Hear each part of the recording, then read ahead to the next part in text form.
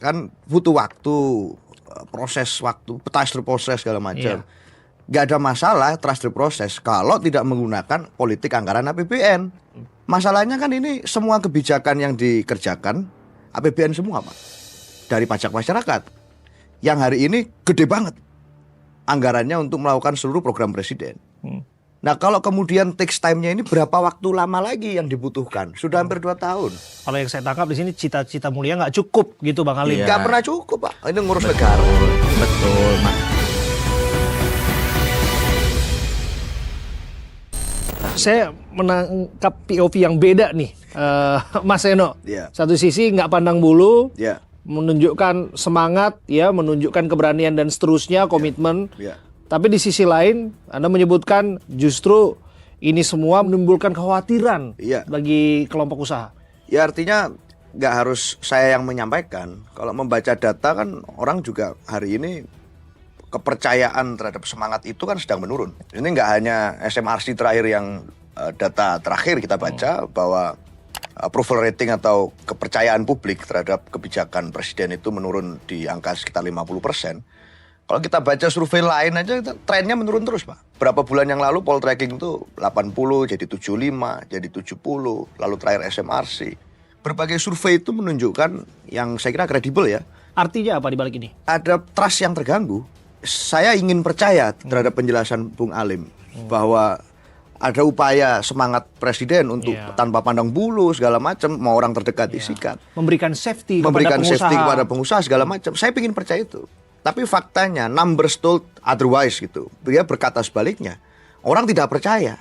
Dan yang orang tangkap dari peristiwa itu adalah ini situasi brutal di mana pertarungan kekuasaan itu memengaruhi hukum. Coba saya parafrase bahwa memberikan jaminan kepada pengusaha tetapi memastikan bahwa ini adalah mengutamakan kerakyatan.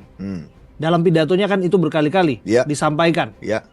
Pengembalian kerugian negara kepada rakyat, menghantam oligarki dan seterusnya. Ya itu bagus. Pak Prabowo itu kan luar biasa ya, ide-idenya soal rakyat. Itu kan saya kira sangat terinspirasi dari teori ekonomi ayahnya ya, yang seorang pemikir itu. Pak Sumitro. Dan upayanya untuk meredistribusi ekonomi menjadi milik rakyat itu sebenarnya bagus-bagus saja. Yang jadi masalah adalah kan bukan di tataran visi. Saya membaca upaya Pak Prabowo itu kan untuk memastikan agar ekonomi itu sekarang negara nih yang melakukan distribusi dengan kebijakan ekonominya. KDMP lah, kemudian MBG.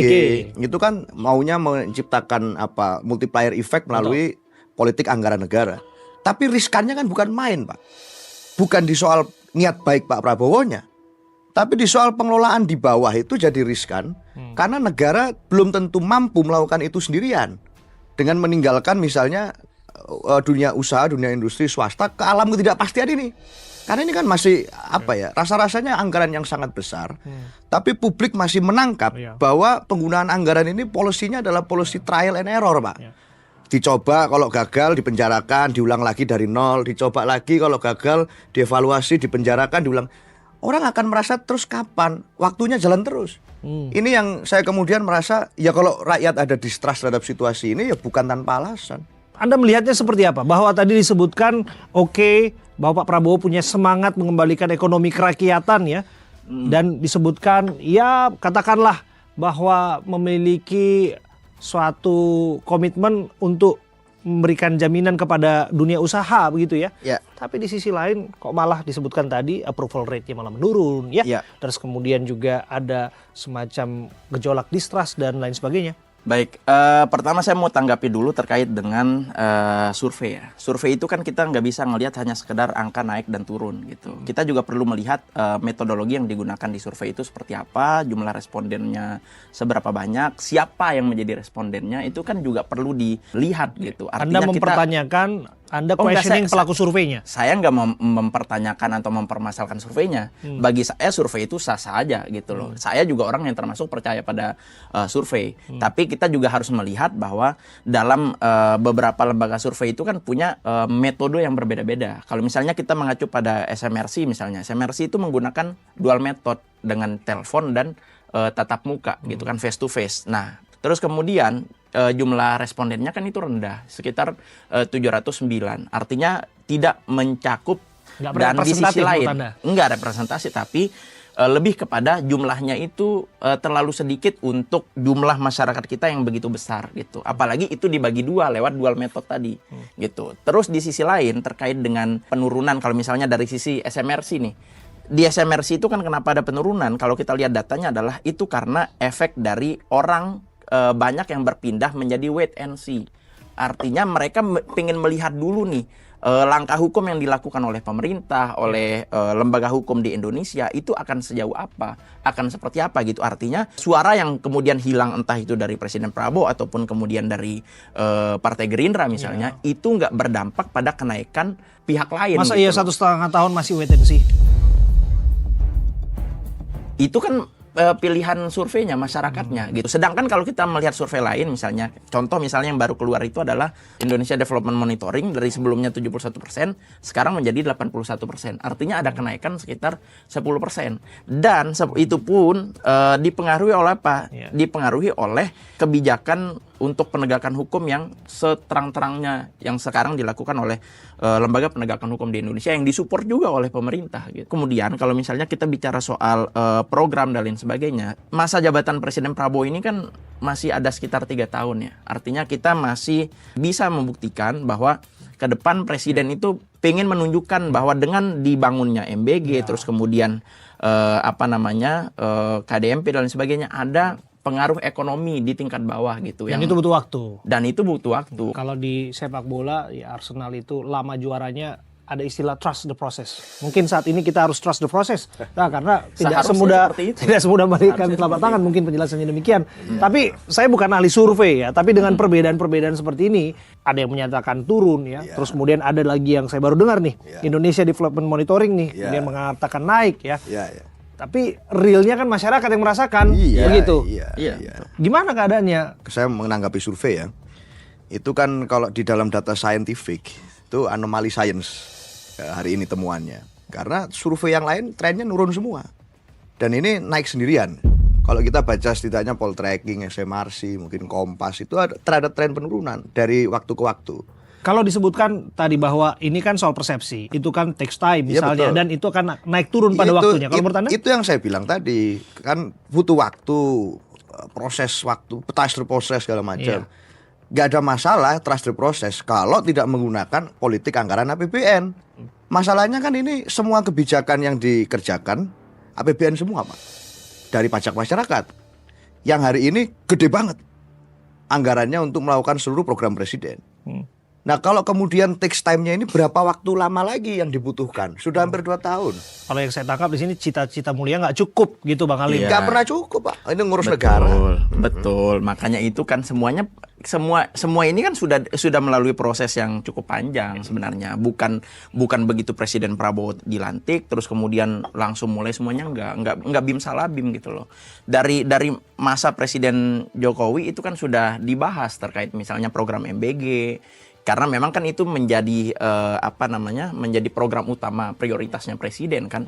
Makanya di awal beliau dilantik langsung dijalankan begitu 2 bulan setelahnya gitu. Karena kita berharap bahwa ini kan bisa kita lihat, bisa kita buktikan secara angka, secara data. Kalau tadi Mas Seno bicara soal data, maka kita bisa cek nih data MBG misalnya. Data MBG menunjukkan bahwa kita sudah punya 62 juta penerima. Tingkat kepuasan terhadap program pemerintah paling tinggi itu ada di MBG. Faktor apa yang membuat MBG dirasa sangat memuaskan? Faktor yang paling memuaskan karena orang tua merasa bisa saving budget setelah misalnya anak-anaknya menerima MBG ini gitu. Kalau MBG yang layak dan minim error lah ya. Saya berharap itu jangan sampai terjadi lagi tuh case by case tuh masih ada aja. Tentu kalau misalnya setiap program pasti ada masalahnya. Pasti ada error-errornya gitu kan. Dan setiap error ini kan terus diperbaiki. Apa yang membuat Anda yakin? Berbeda di era Sudar ketika sebelumnya dijabat oleh Pak Dadan. Masalah utama di eranya Pak Dadan itu kan masalah komunikasi. Pak Dadan itu entah dianya yang bermasalah ataupun Biro Humas dan Hukumnya yang bermasalah. Karena hukum dan humasnya disatuin. Padahal itu dua hal yang berbeda gitu. Dan itu pun kadang nggak pernah ada komunikasi yang benar. Baik itu dari humasnya, dari kepala BGN-nya, bahkan dengan wakil kepalanya. Nah itu yang sekarang diperbaiki di eranya Pak Sudar. Apakah ini dirasa cukup kemudian bahwa ada pembaruan, ada kemudian perubahan kepemimpinan yang dirasa akan lebih gercep dan seterusnya? Saya punya optimisme terhadap visi MBG. Tapi yang orang curigai dari awal itu kan memang bukan MBG-nya, tapi BGN-nya. Dan itu yang kemudian betul-betul jadi masalah. Nah hari ini Pak Sudar masih belum cukup waktu lah untuk kita memberikan koreksi atau memberikan kritik masukan ke kerja beliau. Tetapi hari ini trial and error-nya sudah kelihatan lagi polanya. Kenapa? Putusan MK mengatakan nggak boleh masuk anggaran pendidikan di tahun 2028. Jadi apapun yang dikerjakan selama setahun ke depan itu harus dievaluasi 2 tahun lagi. Nah itu yang menurut saya, terus gimana kita ini? Konsekuensinya akan seperti apa? Konsekuensinya, postur anggaran sebelah mana yang mau dimasukkan untuk APBN 2028 untuk MBG? Kan akan refocusing anggaran, Pak. Realokasinya kemana? Dengan anggaran sekian besar, itu ya. Dan itu kita masih harus punya kewajiban loh, memenuhi kewajiban Undang-Undang Dasar 20% minimal anggaran pendidikan harus tetap ada. Yang sekarang ada substitusi soal MBG masuk ke sana. Nah besok 2028 nggak boleh, Pak. Nah duitnya siapa yang mau dipakai? Ya belum lain sebagainya termasuk kesejahteraan guru-guru ya. Termasuk kesejahteraan guru, termasuk bangunan sekolah. Loh, saya sekarang pertanyaan masyarakat adalah duitnya siapa? Bang Alim, komentar Anda? Ya, jadi sebenarnya kan kalau kita bahas terkait dengan hasil putusan MK itu kan masih 1 tahun ke depan, ya kan? Karena kan kalau untuk pembahasan anggaran di tahun 2028 itu kan akan dibahas di 2027.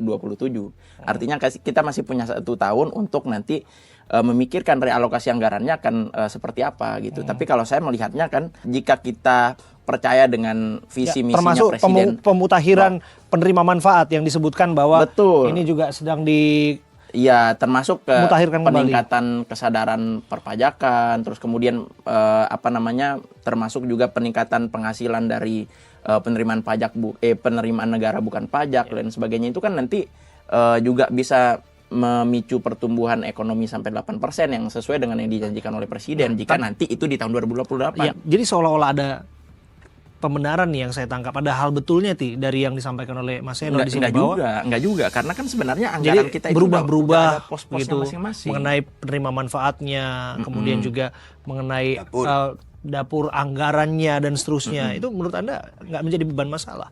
Sebenarnya kita nggak bisa melihat itu sebagai beban masalah ya, karena kalau kita misalnya bicara soal anggaran kita ya, APBN kita itu kan meningkat di tahun 2025 sampai 2026. Saya sering bahas soal ini gitu kan. Dan MBG itu sebenarnya tidak pernah menggerus anggaran pendidikan. Misalnya di era Pak Jokowi di 2024, itu anggaran pendidikan kita itu kan cuma 500 sekian triliun. Ya kan? Lalu di 2025 di era Pak Jokowi itu ditetapkan anggaran itu bertambah jadi 71 triliun. Artinya meningkat 71 triliun. Nah, peningkatan ini itu jadi membuat anggaran pendidikan menjadi sekitar 600 sekian triliun. Peningkatan ini kan bukan karena MBG mengambil anggaran pendidikan, tapi MBG ditaruh anggarannya ke anggaran pendidikan karena ada kaitannya dengan pendidikan. Lalu di 2026 anggarannya juga meningkat menjadi 750-an triliun. Bagaimana kita memaknai putusan MK kemarin, Mas Eno? Ya, artinya kita harus insaf nasional bahwa 2 tahun terakhir ini kita salah itu loh untuk merumuskan dan merancang bahwa MBG itu di anggaran pendidikan. Karena yang ngomong MK itu final and binding, Pak. Pada saat MK bilang begitu, kita harus insaf nasional. Salah berarti kita 2 tahun ini menganggap dan mengasumsikan bahwa MBG itu bagian dari pendidikan. Ternyata bukan. Mungkin bagian dari pemenuhan gizi, kesehatan mungkin iya. Mungkin bagian dari mensuplai iya, tapi nggak ada urusannya sama pendidikan. Kalau mau bicara serius soal pendidikan, ya tambah soal gaji guru, tambah soal akses belajar anak-anak, tambah soal beasiswa S1, S2, S3. Nah, lalu semacam ini yang harusnya menjadi perhatian sekarang. Kalau kita hari ini ada Bung Hatta di sini, mungkin Bung Hatta juga pusing juga ini koperasi apa. Sebenarnya kalau kita melihat data misalnya kasus-kasus korupsi dan sebagainya, itu mayoritas kasus yang terjadi itu adalah kasus-kasus besar di masa lalu.